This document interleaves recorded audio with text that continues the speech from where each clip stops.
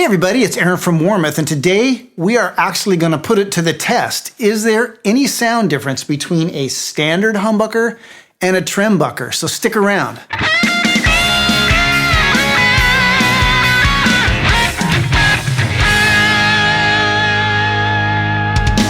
So now this is going to be an interesting video because unlike other shootouts that I've done in the past, I think everybody already kind of agrees that there is no sound difference between a standard-spaced humbucker and a Trembucker, or F-spaced, or 53 millimeters, or whatever your brand of choice happens to call this. And in case you don't know, what I'm talking about is humbuckers, pickups like this, come in two basic varieties. A standard-spaced humbucker. These were made with narrower pole pieces so that they lined up with the strings on most fixed bridge guitars, like, for example, a Les Paul, or pickups with wider spaced pole pieces so that the pole pieces line up with the wider string spacing of guitars with tremolo bridges, like a Stratocaster or a Floyd Rose tremolo. And then, of course, that invokes the question, well, if you mismatch those, if you put a standard humbucker in a Fender-style bridge with wider string spacing, or you put a Trembucker in, say, a Gibson Les Paul with narrower string spacing, is that mismatch going to affect the sound? And again, I think most people agree that it doesn't, but I've never seen it actually put to the test. So that's what we're going to do today. As you notice, I have back in my possession the Warmouth body of tonal discovery. You'll see that this has all kinds of crazy routings in it for tests that we've done in the past and tests that we'll do in the future. Today we're going to use it to do this test. So let's jump into it.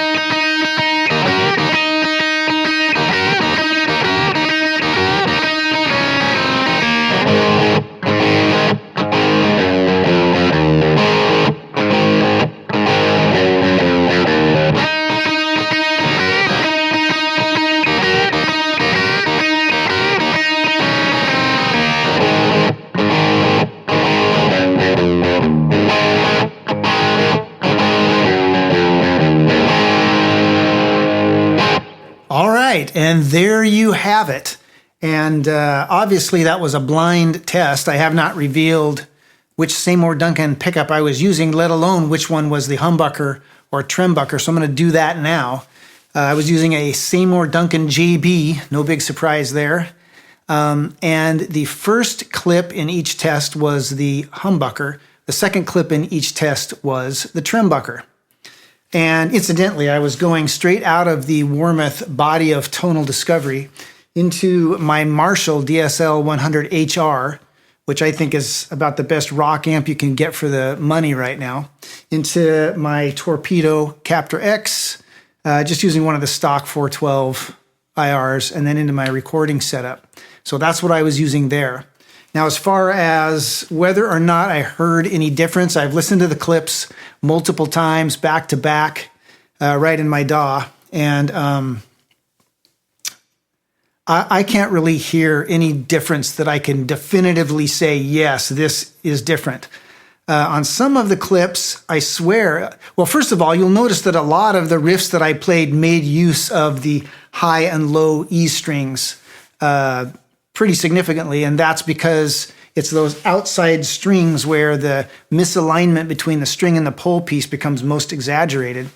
And so on some of the clips, I feel like the Trembucker version, those high E strings are a little bit louder, a little bit clearer, but that could easily be attributed to variations in my playing. So, you know,